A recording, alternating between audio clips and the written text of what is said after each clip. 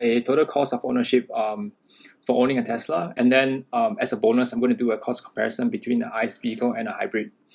So in Singapore, or rather, I've broken this down into two different components. You have your machine cost and your running cost. Now, machine cost is how much you would pay for the vehicle. So I've used roughly the amount that I paid for the vehicle as a guide. So vehicle cost is about $170,000. This includes the COE.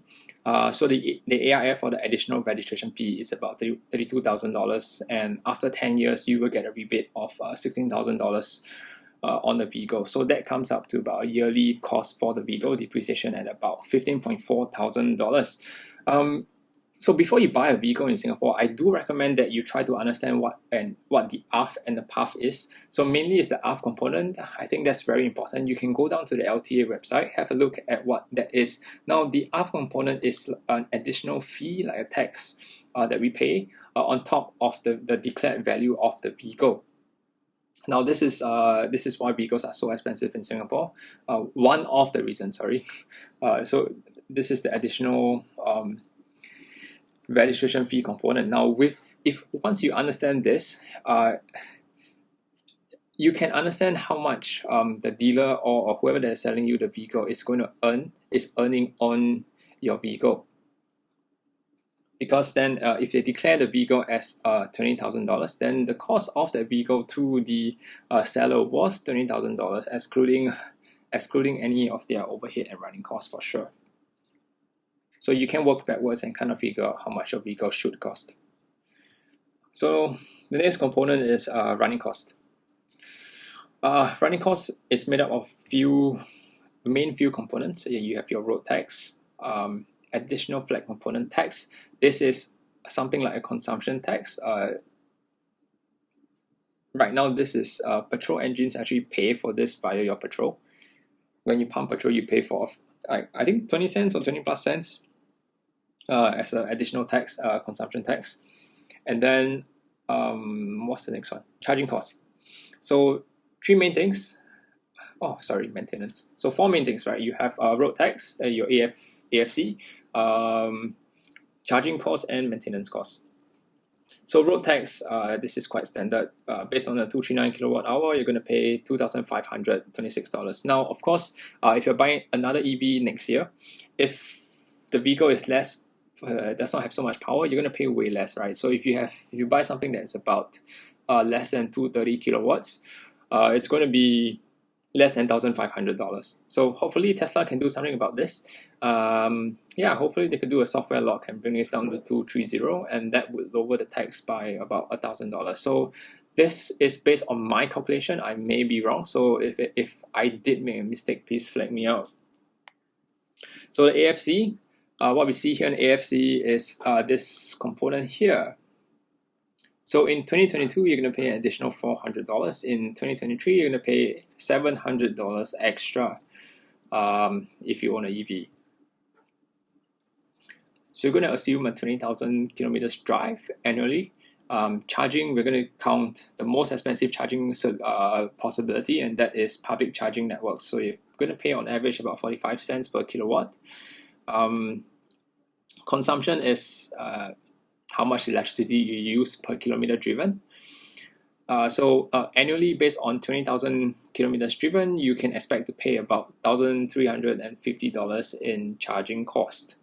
Now, maintenance for an EV, there's really not much. Yeah, for Tesla, all you're looking at is maybe cabin air filters and the 12-volt battery. That's about 1 to 2 years change the frequency, sorry. So annual running cost for a Tesla, you're looking at about $3,400. So let's go on to the comparison of the other vehicles. You've got an ICE vehicle and a hybrid vehicle. So point to note, this comparison may not be the best comparison, mainly because both my ICE engines are way underpowered as compared to the Tesla. So this will affect their costing at the end of the day. But what I've done here is mainly to try to put that in the same machine cost bracket so that it doesn't affect the costing too much based on depreciation. So if you're going to spend $170,000, this is the equivalent of what you can get of an ICE car, right?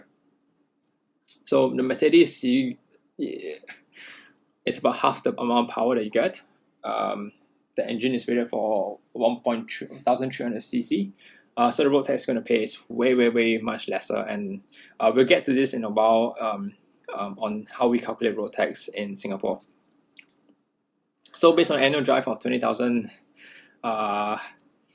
and 95 octane petrol after your credit card discounts. Consumption, I gave whatever that they declared on paper a reduction of at least 10%. That's across the board, same for Tesla. So the fuel cost that you're going to get on average yearly is $3,000, so that's more than twice the amount. So maintenance costs, this is based on Mercedes website. I don't understand what from 1063 is, so I'm going to add 10%, 10 to 15% to that again.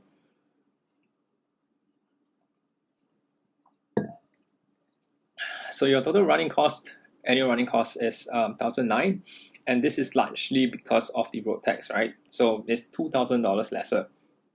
You add this 2,000 back in, you're looking at the same running cost, but that's how we calculate the cost right now. So for a hybrid, the main difference with the hybrid here is, of course, you have a more powerful car and consumption. So again, I've deducted about 10%. I've driven hybrids for about 8 years in Singapore, all the Priuses in fact. So 19 km per litre is fair. The Prius comes in at about 22 to 24, but that's at a way less horsepower than the Camry.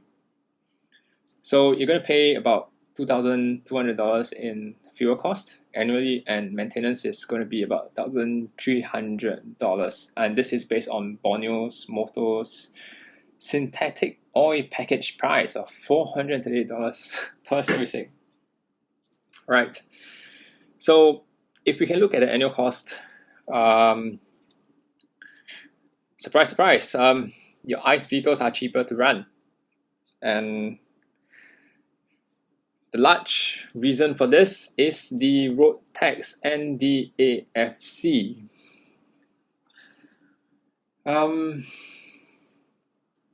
Let's get to this, right? This is not an easy subject to talk about, but let's talk about it. So, right now, if you buy an EV in Singapore, there are rebates, right? You get about $35 to $45,000 in rebates on your ARF component, okay? And so that means that on whatever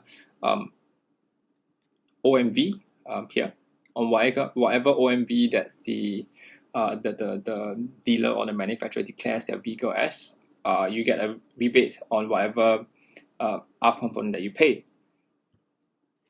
So a lot of that rebates don't always go to the consumer, right? Because the dealer or the seller of the vehicle can control their selling price. So even though if someone were to give you $40,000 in rebate, I can increase the selling price of my vehicle by $20,000. So the buyer who gets the vehicle may not get the full $40,000 or $45,000 rebate that the government is giving out for EVs. So I think based on this, a better way of distributing these rebates could be done, something that would go direct to the consumers. I think that would be way better. So how we can do this, right? I think we should do this via road taxes and AFCs. So right now, the way we calculate road tax in Singapore is largely based on the power rating of your the engine capacity, rather, in fact. So if you look at the Mercedes, for example, you have a 1,300 cc engine, you're going to pay $586 in road tax. However, if you look at what the environmental impact that the Mercedes would generate, it's way more than the Camry or the Tesla, right? Because the most important thing that we should look at is the consumption numbers, right? The efficiency of that engine. So the Mercedes is outputting about, it's only being, for every liter of petrol that it burns, it can only bring you 13.5 kilometers compared to the hybrid, which does 19 kilometers. And if you bring in the Tesla, it's at least 2 or 3 times more than what you get from any of these ICE engines. But the EV pays way more in taxes as compared to either of the vehicles. So the more environmental friendly options are all getting penalized unnecessarily, right? So if we look at the annual fuel cost or charging cost, okay. So if you look at a hybrid for a Toyota Camry, you're paying about $2,200 in fuel costs. Yes, so on paper you're paying $1,350 for charging costs a Tesla.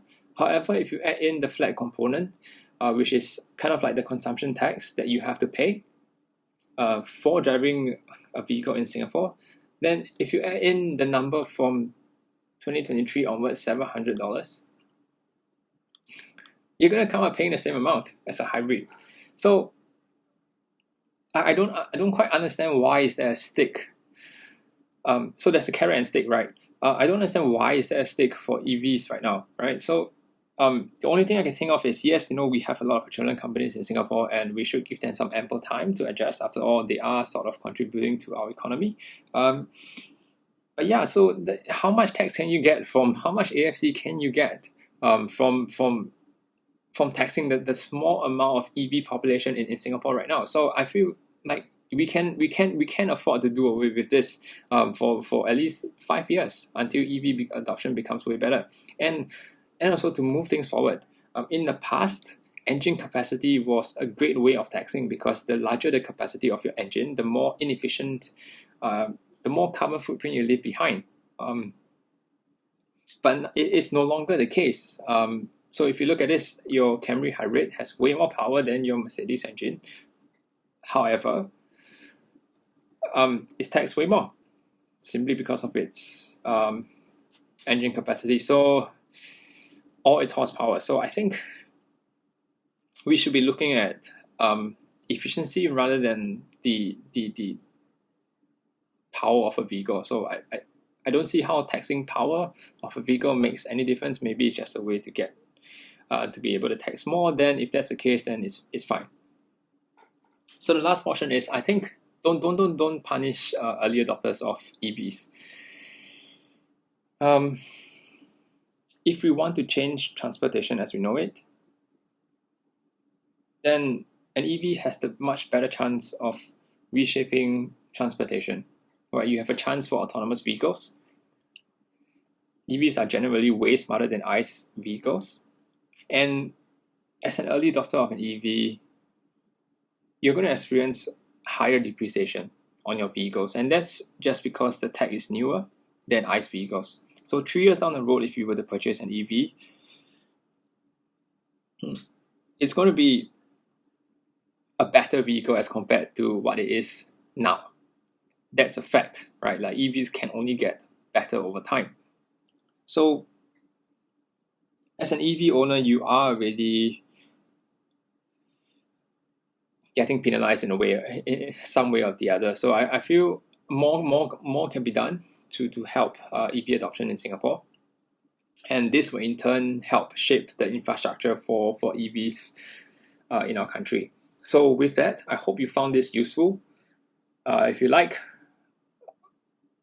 the content, please like the video. That really helps algorithms push this up, and also subscribe to the channel. I hope that the content that I'm pushing out is helpful for you. Again, I do this on my free time, possibly only over the weekends. So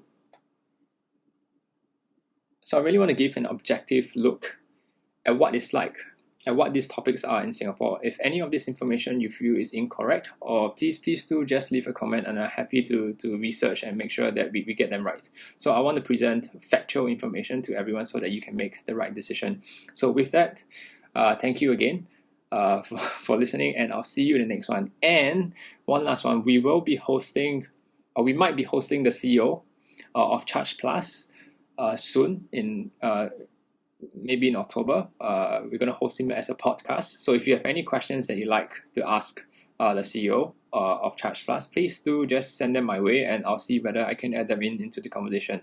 Alright, thanks guys. See you in the next one.